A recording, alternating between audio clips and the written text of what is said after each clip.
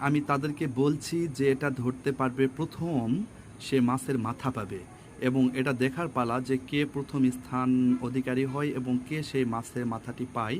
তিনজনের ভিতরে খেলা চলছে এবং তারা আপ্রাণ চেষ্টা করছে ধরার জন্য কে না মাছের মাথা খেতে ভালোবাসে। এই জন্য আপ্রাণ চেষ্টা করতেছে কিন্তু বারবার ব্যর্থ হচ্ছে। দেখা যাক, দেখা যাক, দেখা যাক। হ্যাঁ, হ্যাঁ, পেয়ে গেছে, প্রথম স্থান অধিকারী হয়ে গেছে একজন। হ্যাঁ, প্রথম স্থান। ওকে, ঠিক আছে, তুমি ফার্স্ট, তুমি চুপচাপ বসে থাকবা, তুমি আর ওখানে ধরতে যাবা না, ঠিক আছে? এখন দ্বিতীয় এবং তৃতীয় স্থান অধিকারী কে হয় এটা দেখার বিষয়। একজন টুলের উপর বসে আছে খুব টার্গেট নিয়ে, সে ধরার জন্য খুব চালাক।